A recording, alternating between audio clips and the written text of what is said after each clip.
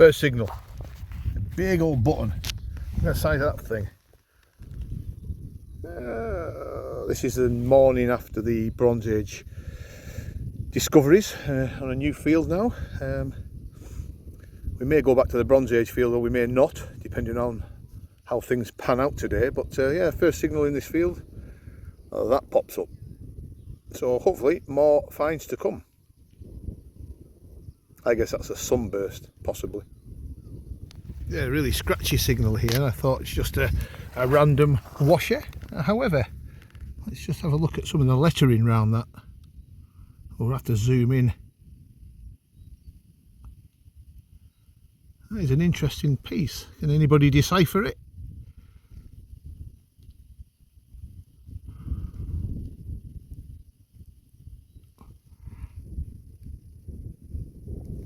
Right, back to you on that. We'll see what that is.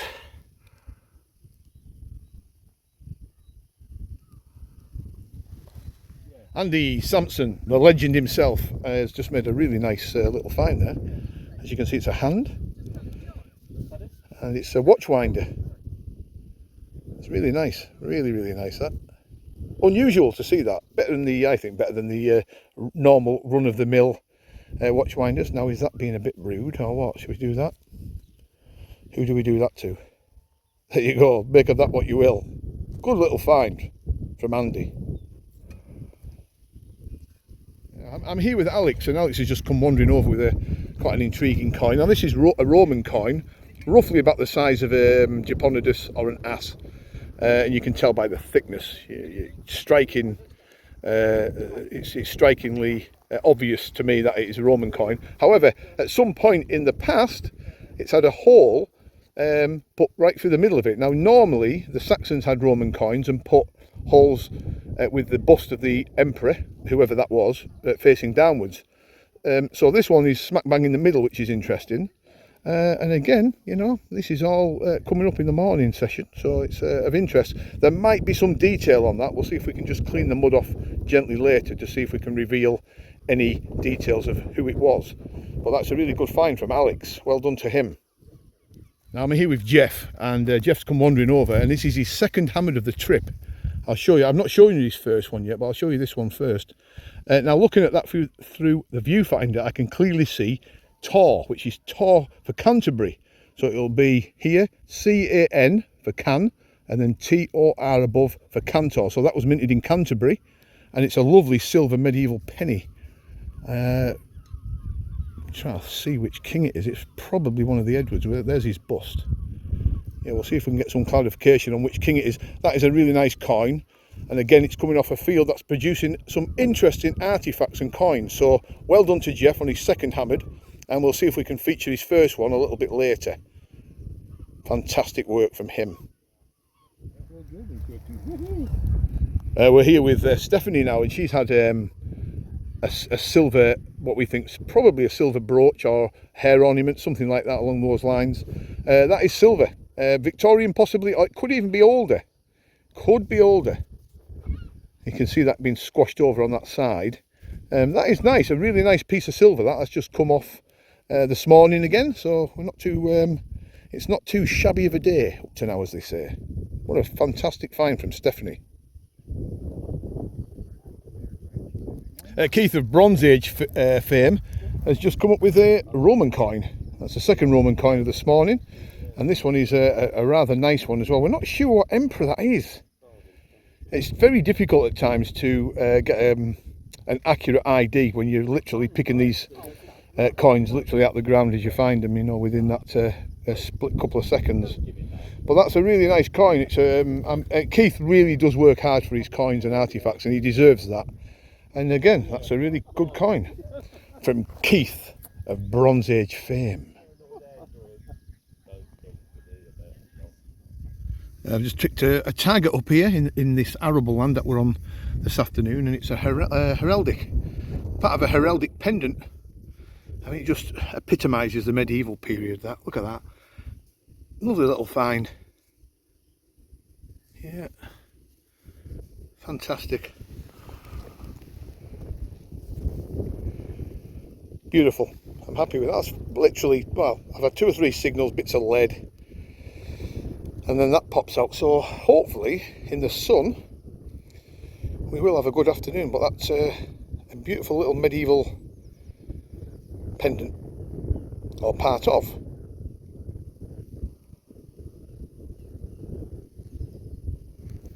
The legendary John French, or Friar French, he's had the business part of the hanger of a medieval pendant, horse pendant. Now I wonder if that matches to my pendant. We'll have a look in a little bit and see if it does. But that lovely little medieval find there from John. And what a wonderful day to be out in the fields. A little medieval buckle. It is literally all artefacts at the moment, which is not complaining about that at all. It's actually quite refreshing to find a lot more artefacts and coins, and they are coming up thick and fast in this beautiful spring sunshine. Look at that. Alex now, and he's had a lovely little short cross. Let's get it the right way for people to see, if I can. There you go. See his little face peering out. Those that view hammered coins regular, they'll better pick the face up, but he's looking right back at me with 2 beady little eyes and a mouth, and his hair above, and then it's a short cross on the back. And look how it's been cut irregular, which adds to the flavour of the coin. I think that's a really nice hammered, and he'll be undoubtedly overjoyed with that. Well done to Alex, a very, very good detectorist.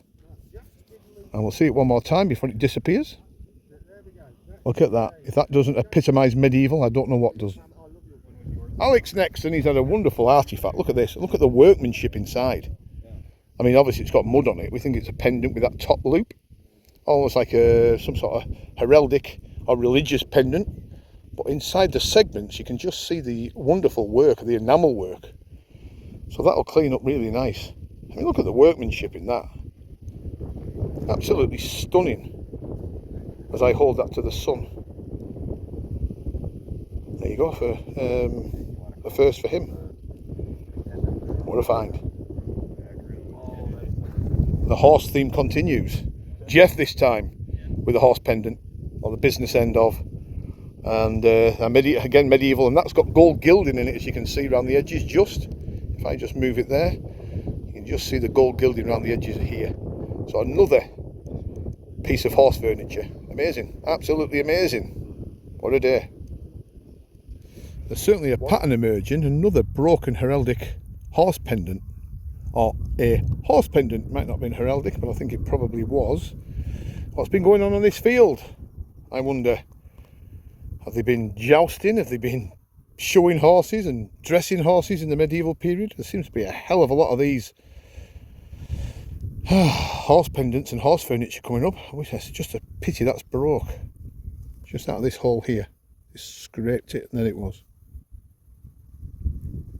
All those years detecting and all those jettons I've found over the years, and I've never found one quite as good as this.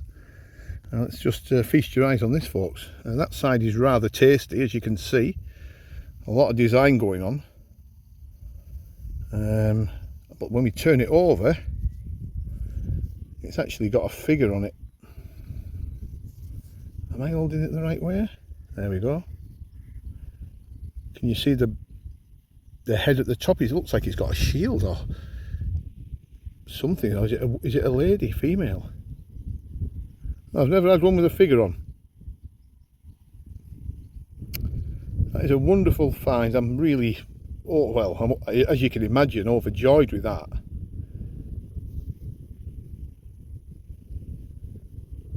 What a day. What a find.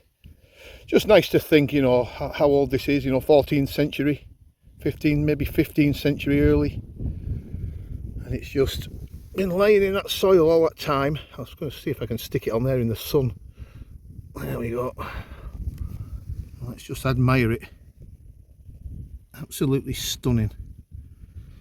Well, what a day, and I've still got an hour left. I'm going to see if I can pull something else out for people to see and enjoy. What an absolute clonking jetton. A rather nice token, maybe a jetton, but I'm thinking a trade token. It's quite large for a the conventional trade tokens, but I know there is tokens out there that are quite much bigger than the norm. So it's not in brilliant condition like the Jetton was, but it's a decent enough find. There we go. Interesting. Norfolk Mike next, he comes up with a hammered. Just as the sun's going down, I would say it's a sixpence, but curiously, I can't see a date on it, unless the date has worn out, which it has at that top, just in that little segment there. Yeah. Pity the plough has done its best to destroy it, but it's still in reasonable condition. You take it all day long, wouldn't you? I've had a lot worse hammered than that. And there's another coin just come up by him. I'm going to film this coin. Just have a look at this. Yeah, it's a George IV penny. You don't see many of them. The size of it and the thickness of that monster. I only think I've ever found probably one or two of these. 1826. The size of that beast. Almost as big as a cartwheel penny. Nice coin. Again from Norfolk Mike. Just a little bit of gold gilding going on this and some patterning. I think that's been heraldic. Maybe a part of a broken heraldic pendant. Nothing on that side. But on this side you can clearly see the gold gilding shining through. So that's been a medieval piece again. Lots of interesting artifacts or broken partifacts on here. The legend himself, Doug, has just come up with a part of a Hiberno-Norse sort of Viking strap junction, if you will. There's a terminal end the same on this side that's broken. You know, you're talking 10th, 11th century for this artefact, which is not too shabby. Well done, Doug. He's having a cracking tour. He's had some really good finds over the last few days. More heraldic artifacts. Part of a heraldic pendant again. Can you see the lion on there? That's a lion. In the middle, red. In the background. And the plough again has done its best to chew it to pieces. But I mean, these medieval finds, these heraldic medieval finds, are just special. For me anyway. Especially with that colouring and enamel on it. It's just a beautiful little find. There's certainly been something going on. For sure. But where are they hammered? It's a weird one. Here with Alex now, and he's just had a beautiful growth. Look at this. Absolutely stunning coin. We've just cleaned the mud off it before we filmed it because it was full of, as you can imagine, it's been rolling around for nearly 700 years, this coin. London Mint, probably Edward, I would imagine. But what a beautiful big coin. Stunning, absolutely stunning. Well done. Alex has had a great few days and he's topped it off with a beautiful hammered. Fantastic. Alex again, we've seen him with the groat earlier, and he's just had a lovely little medieval halfpenny. So the hammered coins are now making an appearance. Artifacts have dropped off a little bit, and the silver hammered coins are making an appearance. I'm not sure what that king that is. I can see an R and an A, or not sure. We'll do some research on that and see if we can get an accurate identification on it. But yeah, that's a cracking little coin. He's doing. Alex is really, honestly, I've said this a few times. He's having a cracking tour. He really is smashing it. Well done to him. Alex again, and he's had a lovely little token. Look at this, lead token, very thick, as you can see. And we turn it over, and it's got the cross and pellets on it. You have to hide these from the sun. The sun's that bright, it just sort of, if I go like that, you can't see the detail. So we'll just come in a little bit with the shadow, and you can see the cross and pellets. It's crude, but it epitomises that lovely medieval period where coins were in the pockets of the peasants and the people and the squires, I guess. And there you go. And there is the horn, the Hawuga horn from John.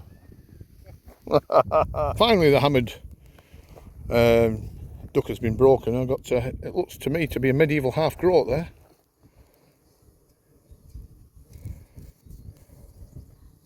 It is indeed, and really big face on there. So what I'm going to do is I've got a shout off Doug in the distance. You could hear his voice, I think, and I'm going to go and see what he's found. But that's my first hammered, and I'm really pleased with it, of course, and it's a half groat, decent.